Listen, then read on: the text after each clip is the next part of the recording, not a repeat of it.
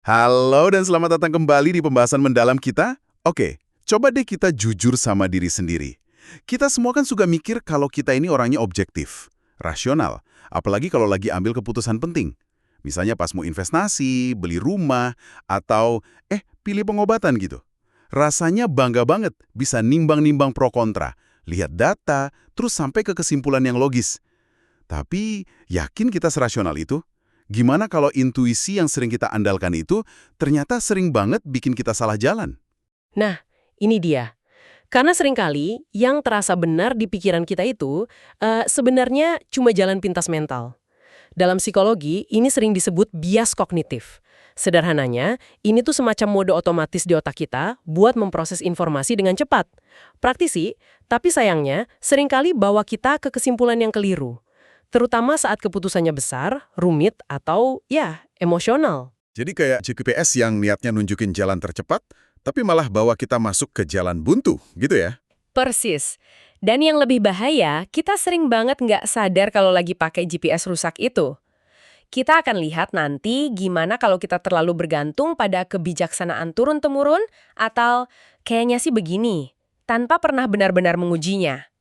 Dan untuk mulai, kita mundur jauh ke belakang, ke sebuah contoh dari dunia medis yang menurut saya sangat membuka mata. Oke, mari kita mulai dari sana. Coba deh bayangin, Anda lagi di zaman kuno, dan profesi Anda adalah seorang dokter.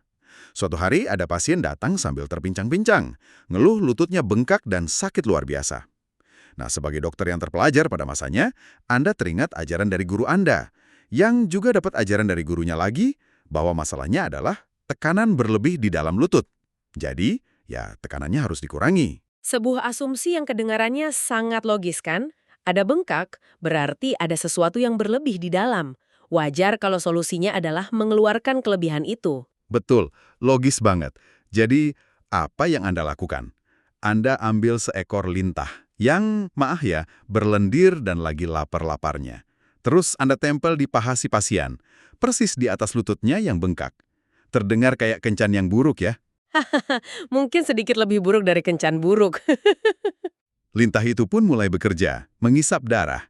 Dalam pikiran Anda sebagai dokter, proses ini sedang mengurangi tekanan berlebih di sekitar sendi lutut. Sempurna. Setelah lintahnya kenyang dan jatuh sendiri, Anda suruh pasiennya pulang, istirahat total seminggu. Beberapa waktu kemudian, pasien itu kembali dengan wajah ceria, bilang lututnya sudah jauh lebih baik. Anda pun senyum puas, buka buku catatan, dan nulis. Pengobatan lintah berhasil. Kasus ditutup. Dan disinilah letak jebakannya. Ini contoh klasik dari apa yang kita sebut korelasi ilusi atau salah menyimpulkan sebab akibat. Dokter itu melihat dua kejadian berurutan. Lintah ditempel, lalu pasien sembuh. Otaknya langsung nyambungin. A menyebabkan B, pengobatan lintah menyembuhkan lutut. Tunggu, tapi kan pasiennya memang sembuh. Buktinya jelas kan, lintah ditempel. Nah, disitulah jebakannya. Karena yang kita lihat Sakitnya hilang. itu cuma korelasi, bukan sebab akibat. Dokter itu nggak mempertimbangkan faktor-faktor lain. Apa yang paling mungkin terjadi? Yang menyembuhkan pasien itu kemungkinan besar bukan lintahnya, tapi instruksi istirahat total selama seminggu. Otot atau ligamennya yang mungkin cuma terkilir akhirnya punya waktu untuk pulih dengan sendirinya. Jadi lintahnya cuma numpang ngetop aja. Tepat. Atau bisa juga ini adalah efek placebo yang luar biasa kuat. Coba bayangin, Anda lagi kesakitan, terus datang ke orang yang sangat dihormati, seorang dokter yang kasih Anda perhatian penuh, melakukan prosedur yang aneh dan dramatis. Keyakinan Anda bahwa Anda sedang diobati oleh seorang ahli saja sudah bisa memicu otak untuk melepaskan zat kimia pereda nyeri alami. Oh, oke. Jadi karena percaya aja gitu. Betul, Anda jadi merasa lebih baik secara psikologis, yang lalu memengaruhi persepsi Anda tentang rasa sakit fisik. Poin utamanya adalah, tanpa eksperimen yang terkontrol, mustahil kita tahu mana yang benar-benar manjur. Dokter zaman dulu kan nggak dilatih untuk meragukan intuisi mereka cuma mengulang apa yang diajarkan, dan siklus kesalahan itu terus berlanjut dari generasi ke generasi. Oke. Itu kan cerita zaman kuno dengan lintahnya. Tentunya sekarang kita sudah jauh lebih pintar kan? Dengan semua teknologi canggih, riset, ada lembaga pengawas kayak BPOM atau FDA di Amerika. Kita nggak mungkin masih terjebak di kesalahan yang sama kan? Intuisi kita bilang begitu, tapi data berkata lain. Justru proses pengujian modern yang ketat yang membandingkan sebuah pengobatan dengan placebo atau pengobatan standar telah membongkar banyak sekali praktek medis modern. Praktek yang ternyata ya sama kelirunya dengan pengobatan lintah tadi. Oh ya? Serius? Contohnya apa? Sumber yang kita bahas ini nyebutin beberapa contoh yang cukup mengejutkan. Misalnya soal obat batuk untuk anak-anak. Selama bertahun-tahun itu kan dijual bebas dan diresepkan. Intuisi kita bilang kalau anak batuk ya kasih obat batuk. Iya, wajar. Ternyata setelah diuji dengan benar, banyak dari obat itu yang risikonya seperti efek samping ke jantung lebih besar daripada manfaatnya yang sangat minim. Wow. Serius? Lalu apa lagi? Ada lagi soal nyeri punggung bawah. Jutaan orang menjalani operasi tulang belakang yang rumit dan mahal. Logikanya kan, kalau ada yang rusak di struktur tulang, ya diperbaiki dengan operasi. Ternyata banyak penelitian skala besar menunjukkan untuk kasus-kasus tertentu, hasilnya nggak lebih baik dari fisioterapi intensif. Yang jauh lebih murah dan nggak berisiko. Betul. Bahkan ada prosedur yang sangat umum seperti angioplasti atau pemasangan ring di jantung. Tunggu. Angioplasti, pasang ring jantung, itu kan prosedur yang super umum. Sangat umum. Dilakukan ke jutaan orang di seluruh dunia untuk ngatasin penyumbatan pembuluh darah. Maksud Anda itu juga nggak efektif? Begini, intuisinya tuh kuat sekali. Mirip kayak tukang ledeng, kalau ada pipa mampet, ya sumbatannya harus dihilangkan biar alirannya lancar lagi. Masuk akal? Logis sekali kan? Selama puluhan tahun, dokter dan pasien percaya bahwa membuka sumbatan itu akan mencegah serangan jantung dan memperpanjang hidup. Tapi ketika uji klinis acak yang ketat akhirnya dilakukan pada pasien dengan penyakit jantung stabil, hasilnya mencengangkan. Ternyata, prosedur itu nggak benar-benar memperpanjang hidup atau mencegah serangan jantung di masa depan, jika dibandingkan dengan pengobatan optimal pakai obat-obatan dan perubahan gaya hidup aja. Jadi fungsinya apa dong? Prosedur itu memang sangat baik untuk meredakan gejala nyeri dada, tapi bukan untuk tujuan yang selama ini diyakini itu. Gila ya. Maksud saya, kalau para dokter, ilmuwan dengan semua niat baik dan pelatihan mereka aja bisa salah kaprah? Selama puluhan tahun loh. Iya, puluhan tahun. Soal penyakit jantung lagi, yang sepenting itu. Terus gimana dengan kita? Kita yang bukan ahli. Keputusan di kantor, di rumah, dalam mengasuh anak. Wah, ini jadi agak menakutkan sih kalau dipikir-pikir. Tepat sekali. Ini membawa kita ke pertanyaan yang lebih besar. Jika intuisi bisa gagal total di ruang operasi, Pasti bisa gagal di tempat lain juga. betul. Ia pasti bisa gagal juga di ruang rapat atau di ruang keluarga. Konsep pengujian ini harus kita tarik keluar dari dunia medis. Oke, coba kita tarik. Apa contohnya di luar medis? Sumber kita kasih beberapa contoh bagus buat direnungkan. Misalnya, di dunia pendidikan. Banyak orang berintuisi kalau kita bayar siswa untuk dapat nilai bagus, mereka bahkan lebih termotivasi. Terdengar masuk akal kan? Kayak kita kerja dapat gaji. Ya wajar sih. Reward and punishment. Saya rasa banyak yang setuju dengan ide itu. Intuisi kita bilang begitu, tapi saat diuji hasilnya lebih rumit. Mungkin untuk jangka pendek nilai mereka naik, tapi apakah itu benar-benar menumbuhkan kecintaan belajar untuk jangka panjang? Pertanyaan bagus. Atau itu justru cuma ngajarin mereka buat bekerja demi imbalan dari luar? Dan ketika imbalannya hilang, motivasinya juga ikut hilang. Banyak penelitian menunjukkan yang terjadi adalah yang kedua. Motivasi intrinsik mereka untuk belajar justru bisa terkikis. Oke. Jadi niatnya baik, logikanya kelihatan masuk akal, tapi dampaknya justru berkebalikan. Ada lagi nggak? Ada. Contoh lain yang menarik itu kebijakan mencantumkan jumlah kalori di menu restoran cepat saji. Iya, ini sering lihat. Idenya kan, kalau orang tahu informasi kalorinya, mereka akan bikin pilihan yang lebih sehat.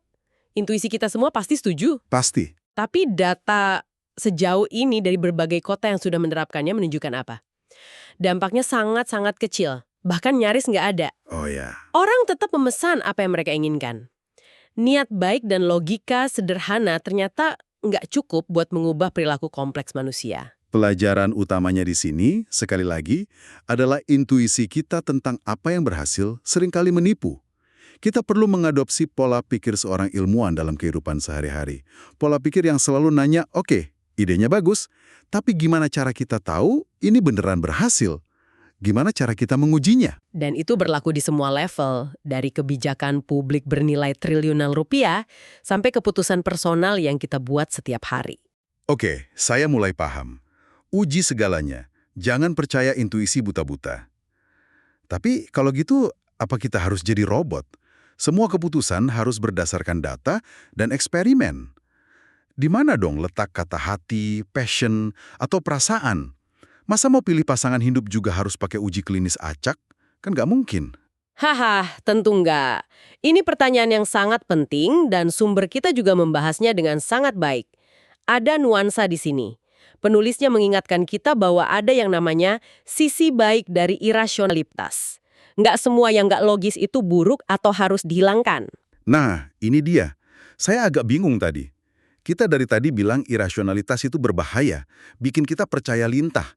Tapi sekarang Anda bilang itu bagus. Di mana batasannya? Batasannya ada pada kesadaran. Beberapa aspek irasionalitas kita justru adalah hal-hal yang membuat kita jadi manusia seutuhnya. Sumber kita nyebutin beberapa contoh yang indah. Misalnya, kemampuan kita untuk menemukan makna dalam pekerjaan. Secara rasional, banyak pekerjaan itu kan repetitif dan membosankan.